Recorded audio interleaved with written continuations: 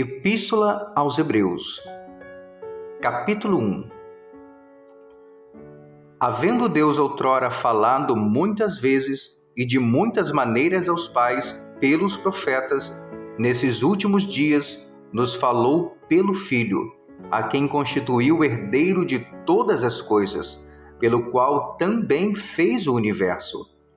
Ele, que é o resplendor da glória e a expressão exata do seu ser, sustentando todas as coisas pela palavra do seu poder, depois de ter feito a purificação dos pecados, assentou-se à direita da majestade nas alturas, tendo se tornado tão superior aos anjos quanto herdou mais excelente nome do que eles. Pois a qual dos anjos disse jamais: Tu és meu filho, eu hoje te gerei, e outra vez, eu lhe serei pai, e ele me será filho. E novamente, ao introduzir o primogênito no mundo, diz: E todos os anjos de Deus o adorem. Ainda quanto aos anjos diz: Aquele que a seus anjos faz ventos e a seus ministros labareda de fogo. Mas acerca do Filho, o teu trono, ó Deus, é para todo sempre, e cetro de equidade é o cetro do seu reino. Amaste a justiça e odiaste a iniquidade. Por isso Deus, o teu Deus, te ungiu com um óleo de alegria, como a nenhum dos teus companheiros. Ainda, no princípio, Senhor, lançaste os fundamentos da terra, e os céus são obra das tuas mãos. Eles perecerão, tu, porém, permaneces. Sim, todos eles envelhecerão qual veste. Também, qual manto os enrolarás, e como vestes serão igualmente mudados. Tu, porém, és o mesmo, e os teus anos jamais terão fim. Ora, a qual dos anjos jamais disse: Assenta-te à minha direita, até que eu ponha os teus inimigos por estrado dos teus pés? Não são todos eles espíritos ministradores, enviados para serviço a favor dos que hão de herdar a salvação? Por essa razão, importa que nos apeguemos com mais firmeza às verdades ouvidas, para que delas jamais nos desviemos. Se, pois, se tornou firme. Capítulo 2.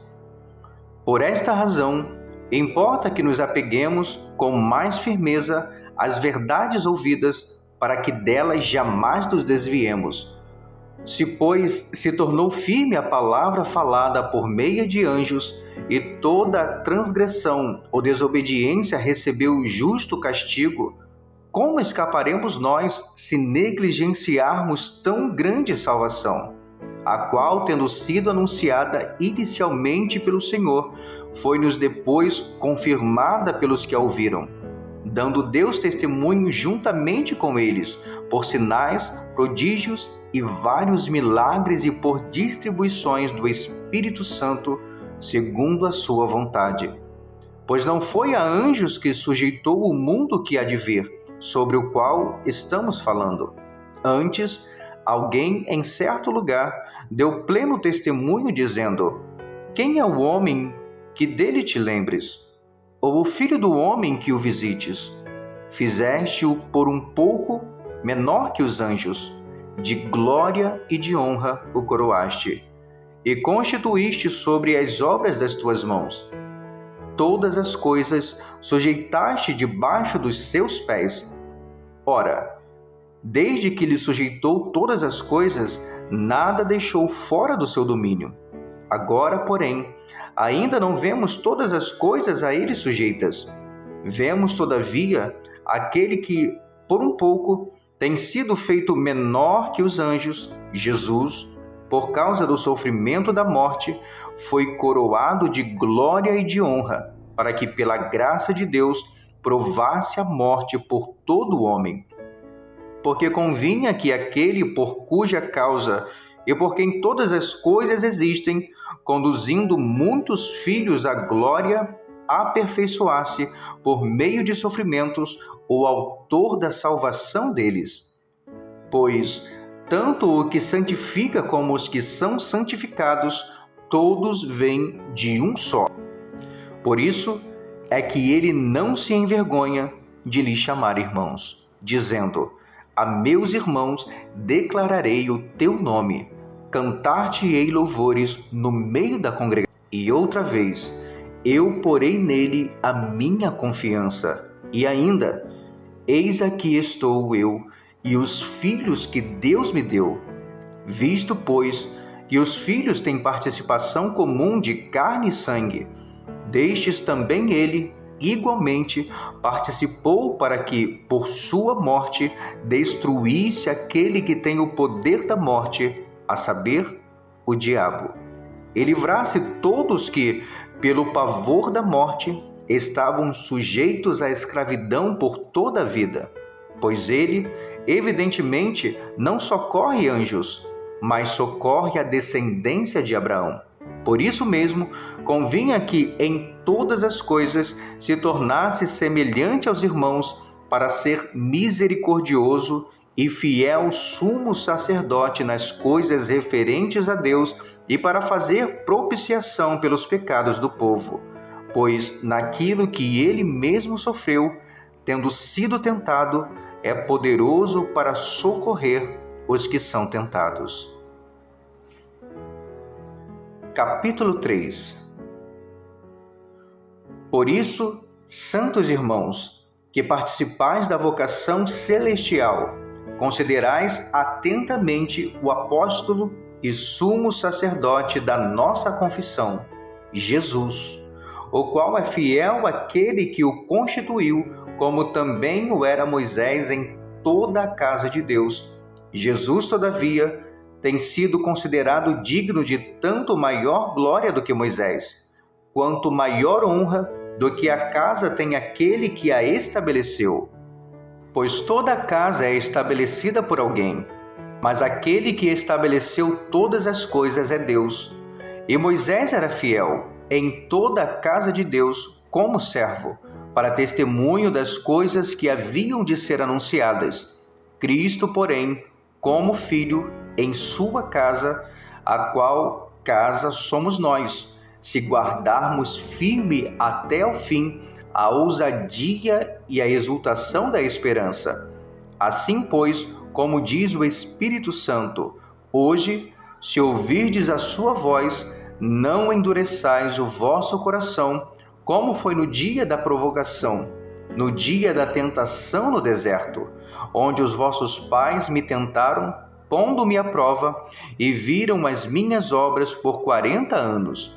Por isso, me indignei contra essa geração e disse: estes sempre erram no coração. Eles também não conheceram os meus caminhos. Assim, jurei na minha ira: não entrarão no meu descanso.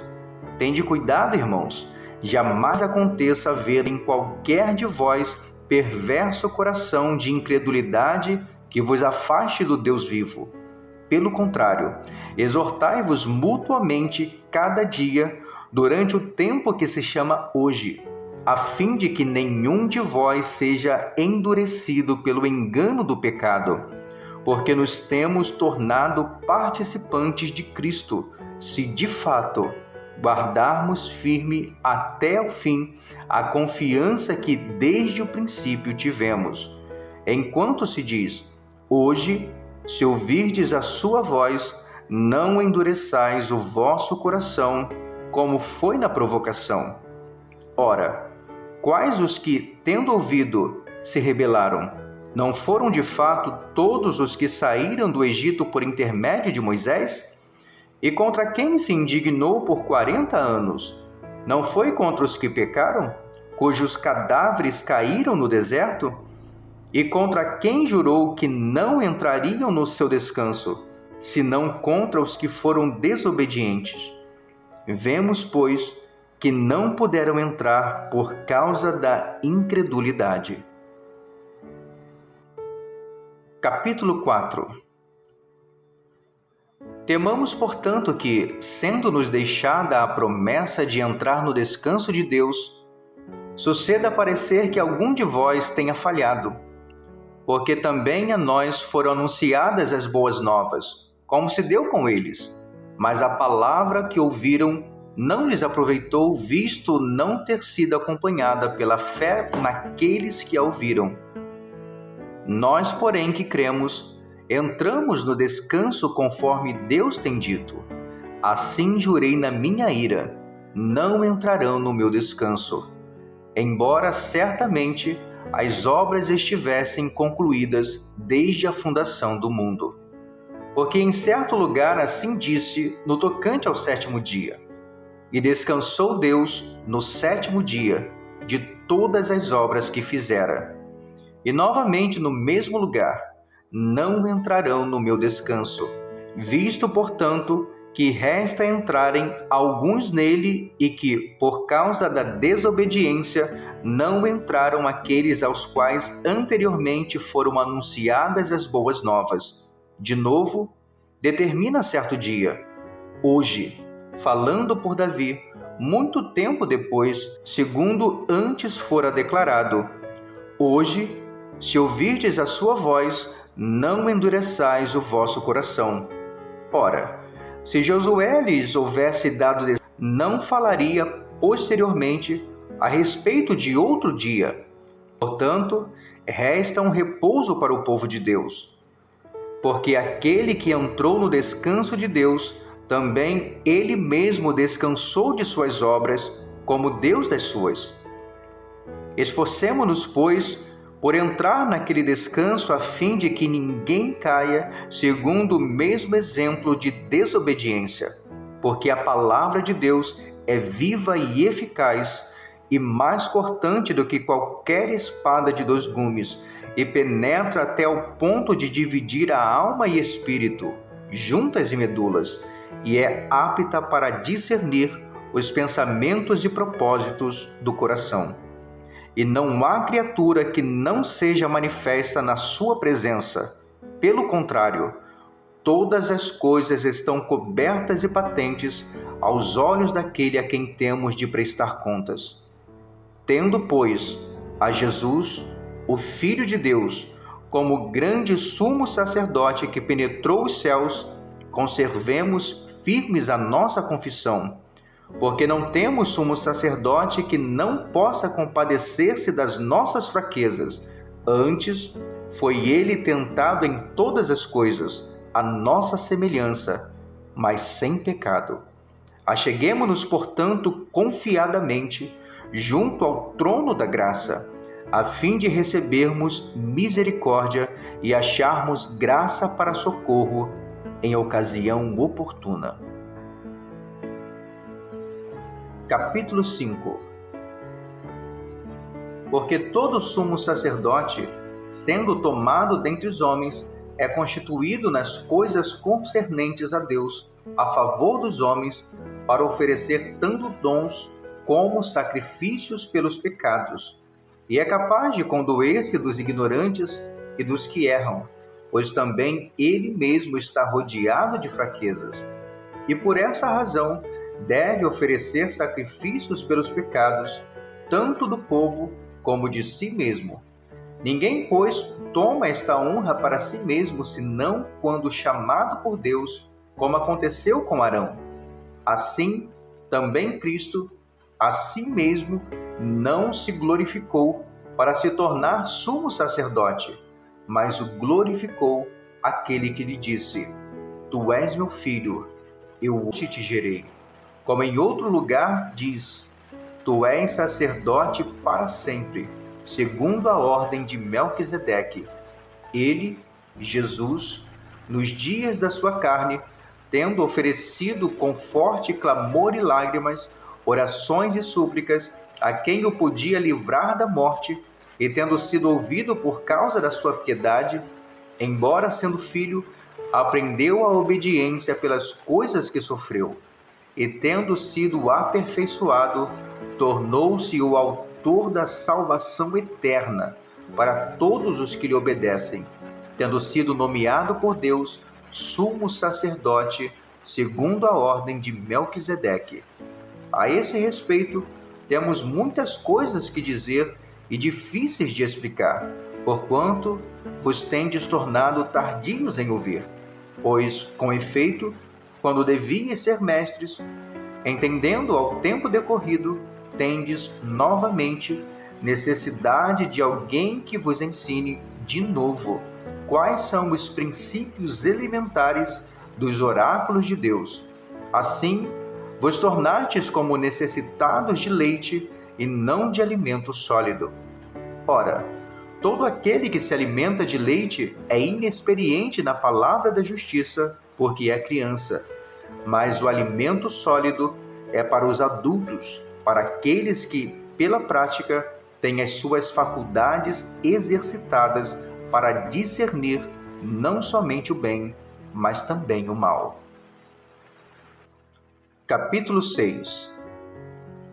Por isso, princípios elementares da doutrina de Cristo, deixemo-nos levar para o que é perfeito, não lançando de novo a base do arrependimento de obras mortas e da fé em Deus, o ensino de batismos e da imposição de mãos, da ressurreição dos mortos e do juízo eterno. Isso faremos, se Deus permitir.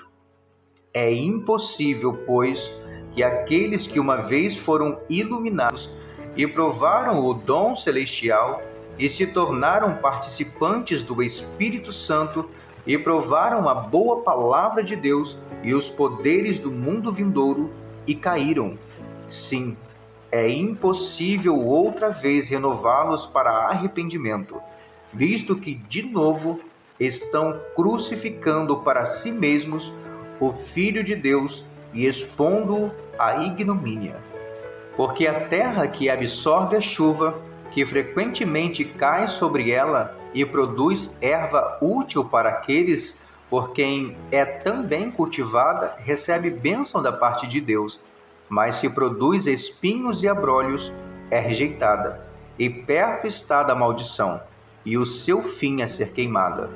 Quanto a vós outros, todavia, ó amados, estamos persuadidos das coisas que são melhores e pertencentes à salvação, ainda que falamos desta maneira. Porque Deus não é injusto para ficar esquecido do vosso trabalho e do amor que evidenciastes para com o seu nome, pois servistes e ainda servis aos santos. Desejamos, porém, continue cada um de vós mostrando até ao fim a mesma diligência para a plena certeza da esperança, para que não vos torneis indolentes, mas imitadores daqueles que, pela fé e pela longanimidade, herdam as promessas. Pois quando Deus fez a promessa a Abraão, visto que não tinha ninguém superior por quem jurar, jurou por si mesmo, dizendo: certamente te abençoarei e te multiplicarei. E assim, depois de esperar com paciência, obteve Abraão a promessa. Pois os homens juram pelo que lhes é superior, e o juramento, servindo de garantia para eles, é o fim de toda contenda. Por isso Deus, quando quis mostrar mais firmemente aos herdeiros da promessa a imutabilidade do seu propósito, se interpôs com juramento, para que, mediante duas coisas imutáveis, nas quais é impossível que Deus minta, forte alento tenhamos nós, que já corremos para o refúgio, a fim de lançar mão da esperança proposta, a qual temos por âncora da alma, segura e firme, e que penetra além do véu, onde Jesus, como precursor, entrou por nós, tendo se tornado sumo sacerdote para sempre, segundo a ordem de Melquisedeque. Capítulo 7. Porque este Melquisedeque, rei de Salém, sacerdote do Deus Altíssimo, que saiu ao encontro de Abraão quando voltava da matança dos reis e os abençoou, para o qual também Abraão separou o dízimo de tudo, primeiramente se interpreta rei de justiça, depois também é rei de Salém, ou seja, rei de paz. Sem pai, sem mãe, sem genealogia, que não teve princípio de dias, nem fim de existência. Entretanto, feito semelhante ao Filho de Deus, permanece sacerdote perpetuamente. Considerai, pois, como era grande esse a quem Abraão, o patriarca, pagou o dízimo tirado dos melhores despojos. Ora, os que dentre os filhos de Levi recebem o sacerdócio têm mandamento de recolher, de acordo com a lei, os dízimos do povo, ou seja, dos irmãos, embora tenham estes descendido de Abraão. Entretanto, aquele cuja genealogia não se inclui entre eles recebeu dízimos de Abraão e abençoou o que tinha as promessas. Evidentemente, é fora de qualquer dúvida que o inferior é abençoado pelo superior. Aliás, aqui são homens mortais os que recebem dízimos, porém ali, aquele de quem se testifica que vive. E por assim dizer, também Levi, que recebe dízimos, pagou-os na pessoa de Abraão, porque aquele ainda não tinha sido gerado por seu pai, quando Melquisedeque saiu ao encontro deste. Se, portanto, a perfeição houvera sido mediante o sacerdócio levítico, pois nele baseado o povo recebeu a lei, que necessidade haveria ainda de que se levantasse outro sacerdócio, segundo a ordem de Melquisedeque, e que não fosse contado segundo a ordem de Arão? Pois, quando se muda o sacerdócio, necessariamente há também mudança de lei. Porque aquele de quem são ditas estas coisas pertence a outra tribo, da qual ninguém prestou serviço ao altar. Pois é evidente que nosso Senhor procedeu de Judá, tribo a qual Moisés nunca atribuiu sacerdotes. E isto é ainda muito mais evidente quando, à semelhança de Melquisedeque, se levanta outro sacerdote, constituído não conforme a lei de mandamento carnal, mas segundo o poder de vida indissolúvel, porquanto se testifica: tu és sacerdote para sempre, segundo a ordem de Melquisedeque. Portanto, por um lado, se revoga a anterior ordenança, por causa de sua fraqueza e inutilidade, pois a lei nunca aperfeiçoou coisa alguma, e por outro lado, se introduz esperança superior, pela qual nos chegamos a Deus. E visto que não é sem prestar juramento, porque aqueles sem juramentos são feitos sacerdotes, mas este com juramento por aquele que lhe disse: o Senhor jurou e não se arrependerá, tu és sacerdote para sempre. Por isso mesmo, Jesus se tem tornado fiador de superior aliança. Ora, aqueles são feitos sacerdotes em maior número, porque são impedidos pela morte de continuar. Este, no entanto, porque continua para sempre, tem o seu sacerdócio imutável. Por isso, também pode salvar totalmente os que por ele se chegam a Deus, vivendo sempre para interceder por eles. Com efeito, nos convinha um sumo sacerdote como este, santo, inculpável, sem mácula, separado dos pecadores e feito mais alto do que os céus, que não tem necessidade, como os sumos sacerdotes, de oferecer todos os dias sacrifícios, primeiro por seus próprios pecados, depois pelos do povo. Porque fez isto uma vez por todas, quando a si mesmo se ofereceu.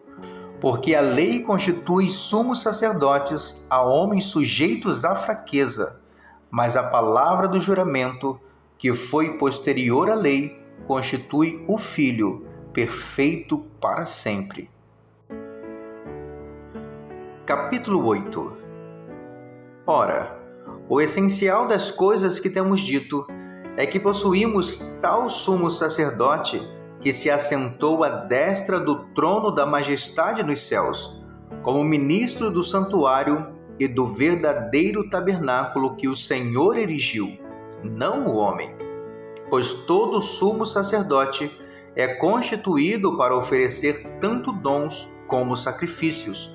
Por isso, era necessário que também esse sumo sacerdote tivesse o que oferecer.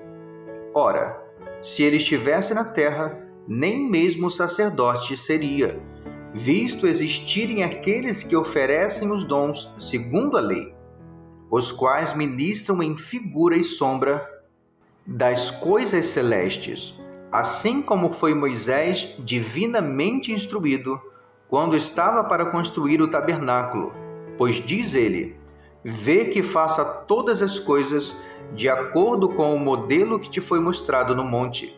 Agora, com efeito, teve Jesus ministério tanto mais excelente, quanto é ele também mediador de superior aliança, instituída com base em superiores promessas. Porque se aquela primeira aliança tivesse sido sem defeito, de maneira alguma estaria sendo buscado lugar para uma segunda.